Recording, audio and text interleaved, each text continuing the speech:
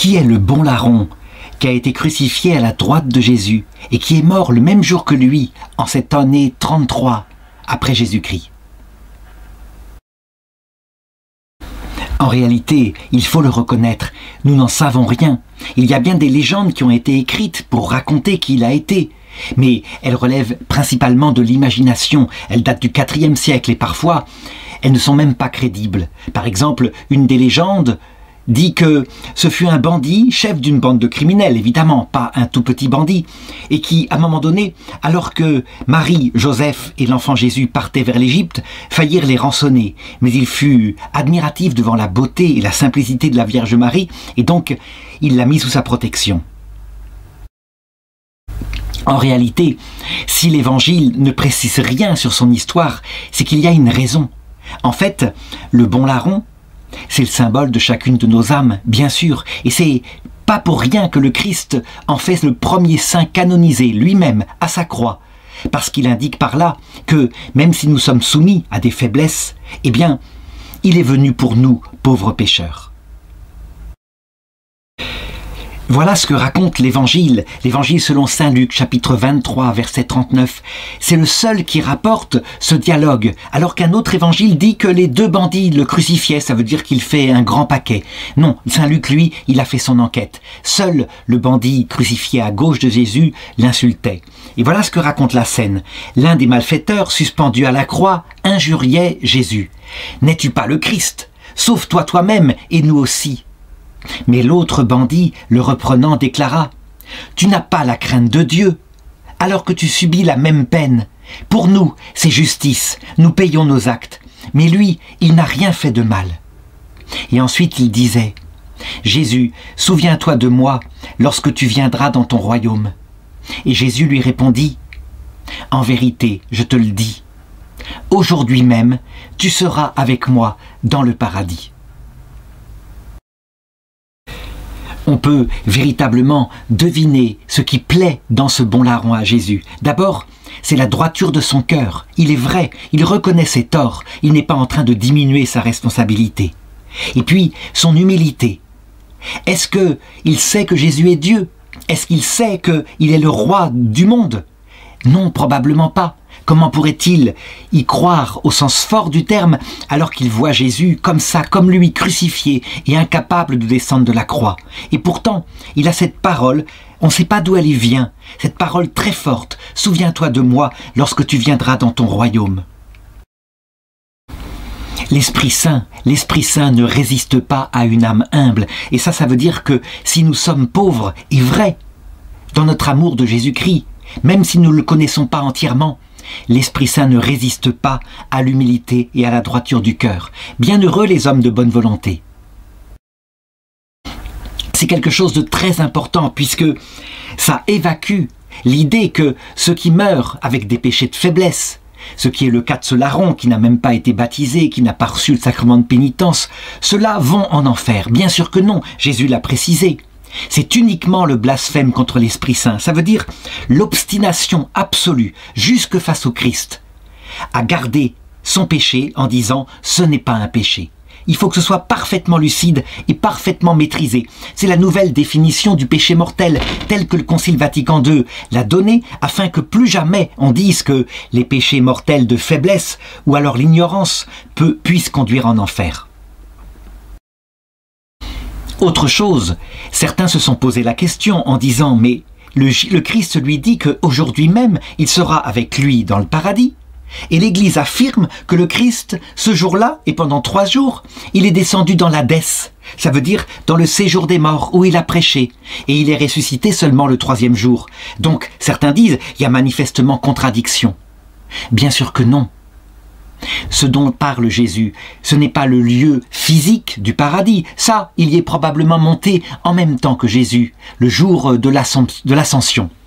Non, ce dont Jésus parle, c'est le vrai paradis, ce qui constitue son essence, à savoir l'entrée dans la vision béatifique. Ça veut dire que ce jour-là, le bandit est entré dans la vision béatifique, et non seulement ça, mais il est descendu avec Jésus dans le séjour des morts, Et avec Jésus, il a apporté aux pauvres qui étaient morts depuis si longtemps et qui attendaient comme ça dans l'errance, il leur a apporté la lumière de la vision béatifique, un petit peu comme dans la cérémonie de Pâques, où on prend le cierge pascal, c'est le Christ, qui allume un second cierge, c'est celui du bon larron, et souvent le bon larron c'est le prêtre, qui allume ensuite tous les cierges des fidèles.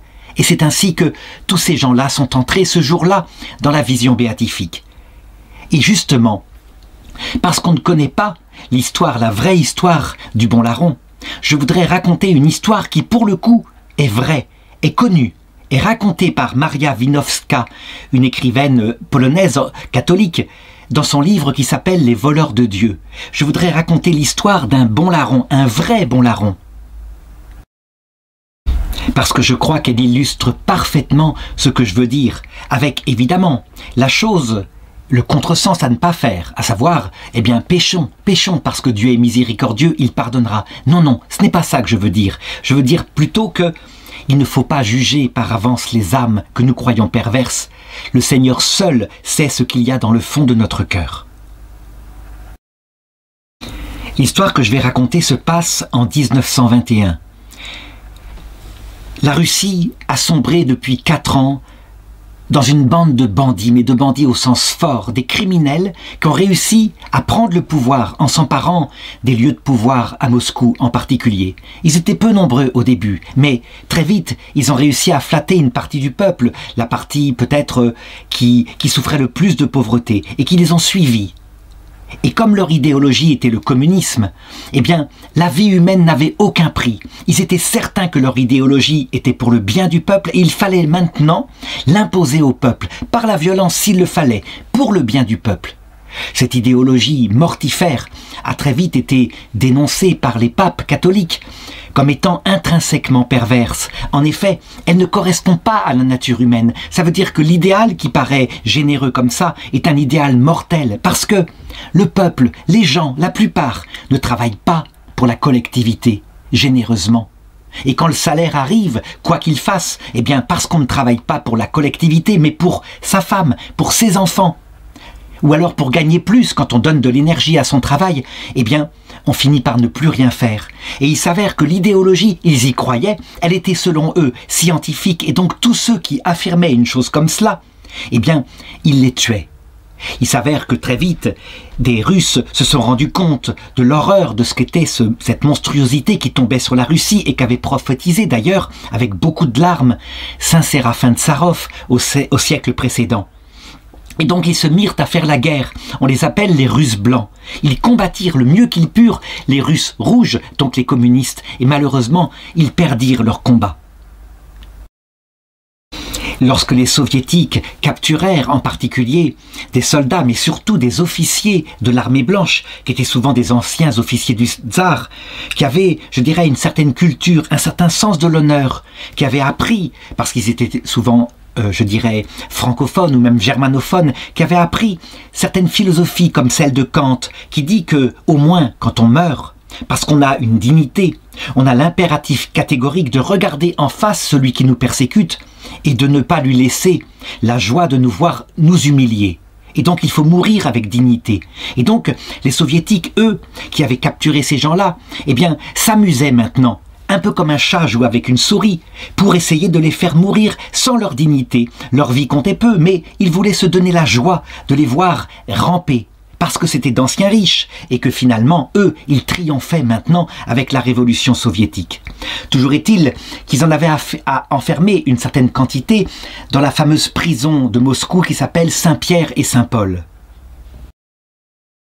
Cette prison, à elle seule, elle porte bien son nom, parce qu'on sait comment Pierre et Paul, vers la fin de leur vie, alors qu'ils avaient triomphé durant tout leur apostolat, eh bien, furent soumis à toutes sortes d'épreuves intérieures et spirituelles avant de mourir pour le Christ. Mais le Christ façonna leur âme dans la pauvreté. Eh bien, là, en l'occurrence, livrés à ces bourreaux, ces officiers de l'armée blanche, étaient véritablement dans un état déplorable. Ça veut dire qu'on les avait mis entassés dans une espèce de cellule où il n'y avait aucune espèce d'hygiène. Et donc, par terre, ils s'entassaient de plus en plus de la boue pleine d'excréments. Et donc, il leur était même impossible de se coucher pour se reposer.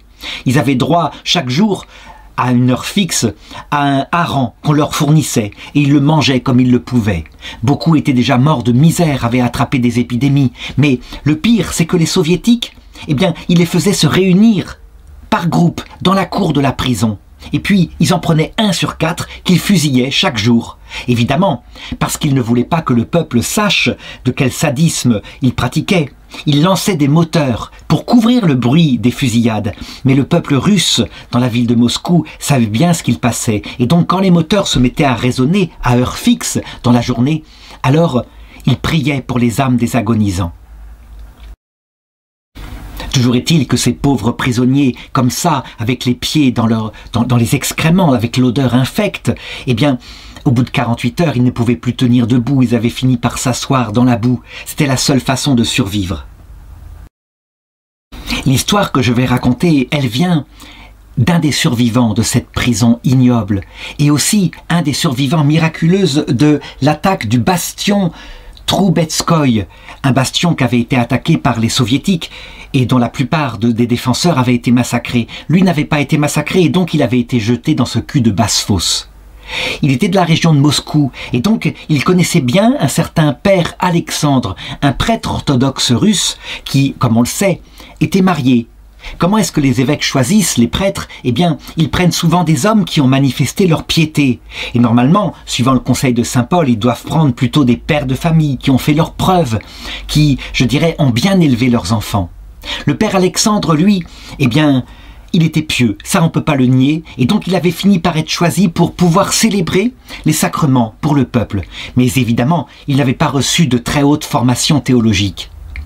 Par ailleurs, l'évêque avait très mal choisi parce que, en réalité, c'était un ivrogne invétéré. Ça veut dire qu'il avait été pris par la vodka et il n'arrivait pas du tout à s'en sortir. Évidemment, il tombait dans des beuveries abominables et quand il était saoul, eh bien, il lui arrivait d'être violent avec sa femme. Mais quand il n'était pas saoul, il avait d'autres défauts très graves, en particulier celui d'être tellement attaché à ses enfants qu'il était d'une rapacité légendaire. Il récupérait tous les dons que pouvaient faire les fidèles afin d'installer ses 4 enfants et de faire qu'ils ne manquent de rien. C'est évidemment une tentation grave pour un prêtre et ça peut même quelquefois mener à des péchés comme la simonie, ça veut dire le fait de vendre le don des sacrements parce que les Russes très croyants avaient besoin des sacrements quand ils partaient principalement pour l'autre monde et donc de les vendre à prix d'argent. Toujours est-il que dans la région, le père Alexandre était connu comme tel et lorsqu'il sortait de la taverne le soir complètement saoul, qu'il essayait de se diriger vers la maison, les enfants du quartier, évidemment, allaient vers lui et ils se moquaient de lui en le traitant de pochard, d'ivrogne. Les parents essayaient de les en empêcher en leur disant « mais tout de même, ne faites pas ça, peut-être que c'est un pauvre homme, mais c'est tout de même un prêtre du Seigneur ». Souvent le matin, on le trouvait, il n'avait même pas pu rentrer dans sa maison, on le trouvait dans le ruisseau, il était là, et on le relevait, on essayait de le diriger vers sa maison. Évidemment, l'archiprêtre, celui qui était responsable, essayait de le chapitrer, et il disait tout le temps « Jamais plus je ne boirai, votre révérence, je le promets !» Et il se frappait la poitrine qui résonnait comme un tambour. « Plus de vodka, je m'y engage !» Et puis évidemment, le soir même, il se remettait à boire. C'était plus fort que lui. En tout cas, l'officier des Russes blancs qui était là, dans cette fosse, il le connaissait bien depuis très longtemps et sa réputation dans toute la région était connue. Les autres le connaissaient moins, ils venaient d'autres régions de Russie. Toujours est-il qu'un soir, la trappe qui était au-dessus d'eux bascula et on fit tomber au milieu d'eux un homme particulièrement abîmé. Et Serge, l'officier russe, reconnut aussitôt, c'était le père Alexandre. Il le reconnut tout de suite, et les autres essayèrent de l'aider à se relever, mais on constatait que son visage était abîmé. La moitié de sa barbe avait été arrachée, il y avait une plaie à vif qui saignait, et puis il portait sur son corps des traces de coups particulièrement violents. Évidemment, il ne pouvait pas tenir debout et son visage à l'espèce de lumière blafarde qui émanait depuis une espèce de soupirail. Son visage était manifestement ravagé par l'alcool, donc il semblait véritablement misérable au milieu de cette cohorte qui tout de même essayait de garder sa dignité en se tenant debout. Et quant à Serge, l'officier lui-même, ce qui le tenait, c'était son serment fait à la Sainte Russie. Même si il partageait peu la foi chrétienne, ça veut dire qu'ils étaient assez détachés de la foi à cette époque-là. Il y avait dans la même cellule un prénommé Grigori Ivanovitch, qui le reconnut aussi et qui annonça qu'ils avaient aussi arrêté un de ses fils, à savoir Misha, et qu'il était dans une autre cellule. Et donc, le témoin de cette histoire, Serge, l'observait du coin de l'œil et il le voyait comme affalé dans son coin. Évidemment, il y avait au moins quelque chose de positif, hein, il ne pourrait plus boire de vodka. Et donc la journée passa ainsi, et dans le silence complet, l'écrasement de cette cellule. Et puis le soir arriva, et la trappe s'ouvrit pour donner le hareng. Un paquet de harengs qui fut lancé ainsi, et chacun devait se débrouiller. Alors, le père Alexandre, curieusement, il se leva à ce moment-là. Et chacun put mieux le voir, et on vit vraiment qu'il était particulièrement abîmé. Seulement, il se mit à dire, d'une voix très douce, « Mes frères, avant de manger cette nourriture, prions pour ceux qui nous persécutent. » Et alors, lentement, posément, comme jamais il ne l'avait entendu, il se mit à réciter les paroles du Notre Père en russe, en s'arrêtant à chaque phrase, en laissant un long espace, si bien que nous étions surpris parce que nous qui avions l'habitude, étant petits, de la réciter machinalement, tout d'un coup, sans qu'il commente quoi que ce soit, eh bien, nous étions attentifs à chaque parole et nous la comprenions. Et quand il arriva au verset qui dit « Pardonnez-nous nos offenses, comme nous pardonnons aussi à ceux qui nous ont offensés », eh bien, le silence se fit plus profond parmi nous et personne n'osa protester, bien au contraire. Il émanait de ce qu'il disait une sorte de dignité, si bien que, pour la suite, eh bien, les autres se mirent à parler en même temps que lui et à réciter la fin du Notre Père. Et ne nous laisse pas entrer en tentation, mais délivre-nous du mal. Amen. Évidemment, Serge racontait qu'il était vraiment bouleversé, il ne s'attendait pas du tout à ça, parce qu'il connaissait la réputation de ce prêtre. Et le fait qu'il fasse son rôle de prêtre comme ça, là, au bout d'une journée, alors qu'il était resté prostré dans son coin, c'était vraiment très fort. Le lendemain matin, des gardes ouvrirent la trappe et ils le sortirent de la prison pour l'emmener, pour l'interroger. Il revint peut-être 1 heure plus tard et la trappe s'ouvrit et d'un coup de botte on le précipita au milieu de nous. Et nous, on le releva et puis il alla simplement dans le coin que nous lui avions réservé pour s'installer de nouveau et on voyait que son visage était encore plus blessé que la veille. Et moi, dit Serge, je m'approchais de lui doucement, petit à petit, ne serait-ce que pour voir ce qu'il en était et pour lui parler. Et donc Serge raconte qu'il lui posa la question suivante. « Pourquoi, petit père, pourquoi est-ce qu'il s'acharne comme ça contre vous? Vous n'êtes pas un noble, un ci-devant, comme ils disent. Vous n'êtes pas non plus un officier. Alors qu'est-ce qu'il vous reproche ?» Et le prêtre de répondre, et je dis que Serge n'oublia jamais l'accent avec lequel il a répondu, « Il me reproche d'être prêtre. » Et donc à partir de ce moment-là, Serge essaya d'en savoir un peu plus, et donc de s'approcher à chaque fois, surtout que le matin, chaque matin, recommençait le rituel, on le sortait de sa cellule, et il en revenait un peu plus abattu, un peu plus écrasé. Et chaque soir, au moment où était distribué le poisson, eh bien, il priait de nouveau avec nous le Notre Père en insistant beaucoup sur la phrase « Pardonne-nous nos offenses, comme nous les pardonnons aussi à ceux qui nous ont offensés. » Et donc, Maria Wieniawska raconte exactement le dialogue que lui rapporta l'officier Serge et que fut ainsi le lendemain. « On vous reproche d'être prêtre. Mais qu'est-ce qu'ils veulent que vous fassiez ?» Et le père Alexandre de répondre « Pas grand-chose.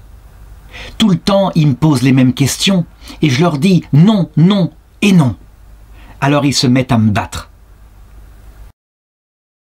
Et l'officier de lui demander « Mais quelle est cette question qu'il vous demande de faire? C'est quoi ?» Et le prêtre, ils me disent « Avoue que le christianisme et le communisme, c'est la même chose. Le Christ, est-ce qu'il n'est pas l'ami des pauvres? Que faisons-nous en distribuant les biens des riches aux pauvres? Nous agissons selon les préceptes de l'Évangile.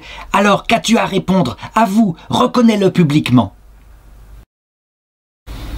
Et ensuite, le père Alexandre d'expliquer à Serge « Vous savez, Sergueï Vassilievitch, je ne suis pas instruit, moi. Je ne veux pas discuter avec ces diables, moi. Alors je leur réponds tout le temps la même chose, non, non et non. Le communisme et le christianisme, c'est pas la même chose. Car le Christ dit donne et vous dites prends. Et alors ils se mettent à me rosser comme plâtre. Puis ils recommencent, ils me disent dis seulement que le communisme c'est la même chose que le christianisme et on te laissera tranquille. Que voulez-vous que je leur réponde, moi, en âme et conscience? Ils finiront par me tuer, mais qu'importe, je ne peux pas trahir l'Évangile. C'était vraiment un témoignage très fort, et tous les jours ça recommençait. Et tous les jours il leur revenait, un peu plus fragile, un peu plus faible, mais aussi un peu plus prêtre. Et même son nez un peu boursouflé, un peu rouge, et bien était de moins en moins rouge, et sa figure de plus en plus digne. Et nous, eh bien dit Serge, nous prions de plus en plus avec lui. Et lorsque les bruits des moteurs se levaient, à un moment donné dans la journée pour les exécutions, eh bien invariablement, nous récitions avec lui la prière pour les agonisants. Et ensuite, il nous bénissait tous, aussi bien nous qui étions victimes que les bourreaux qui venaient de tirer. Évidemment, dans cette prison, peu à peu, malgré que les officiers étaient là, qui crânaient, qui semblaient manifester, enfin c'était leur honneur, leur espèce de dignité les uns devant les autres, le moral baissait profondément. Et donc, à un moment donné, eh bien, le découragement commença à prendre l'un d'eux, qui se mit à dire des choses contre Dieu, Dieu qui se taisait, qui laissait faire. Et le père Sergueï était là, qui écoutait. On savait bien qu'il n'avait pas beaucoup de théologie, hein. C'était pas un grand intellectuel, mais tout d'un coup il se leva. Il se redressa de toute sa silhouette qui était pitoyable, parce qu'il avait été beaucoup abîmé par l'alcool, et pourtant, dans l'espèce de lumière blafarme, eh bien, il semblait avoir une très grande dignité. Et tout d'un coup, avec la voix qu'il utilisait sans doute à la messe, une voix grave, une voix de chanteur orthodoxe, il se mit à entonner le Notre Père. Très fort. Et nous connaissions l'air, et donc, un à un, nous mîmes à le suivre et à entonner avec lui la suite du Notre Père. Et les autres cellules qui étaient à côté, qui entendaient nos voix qui chantaient maintenant, avec même polyphonie, eh bien, elles se mirent à suivre peu à peu et prirent à leur tour le Notre Père. Et nous entendions dans les couloirs, raconte Sergueï, les gardiens qui étaient comme affolés probablement parce que, eh bien, cette espèce de chant de piété chrétienne, ça leur paraissait dangereux pour eux. Ils laissaient faire, quelque part. Et qu'est-ce qu'allaient dire leurs supérieurs? Est-ce qu'ils allaient leur reprocher d'avoir laissé les prisonniers ainsi manifester leur foi chrétienne? Ce qui est manifeste, c'est qu'à un moment donné, lorsqu'ils en arrivèrent à la partie du Notre Père, pardonne-nous nos offenses, comme nous pardonnons aussi à ceux qui nous ont offensés, eh bien, il se fit comme un silence. Ça veut dire que les gardes qui étaient là-haut, qui couraient, arrêtèrent de courir. Et ils s'arrêtèrent, ils étaient fixes, comme paralysés. L'un d'entre nous réussit à regarder à travers une fente de la porte et il voyait le garde qui était le plus proche, qui avait simplement enlevé sa casquette et qui était là immobile et qui semblait méditer la phrase qui était dite par nous. Quelques jours plus tard, par les bruits de couloirs qui passaient de cellule en cellule, on apprit que le fils du père Alexandre avait été fusillé, Micha. Et la réaction immédiate du prêtre fut de demander « Est-ce qu'il est mort en chrétien ?» Et quelqu'un répondit « Oui, oui, il a fait le signe de croix avant. »« C'est bien, » répondit le prêtre, « je le retrouverai là-haut. »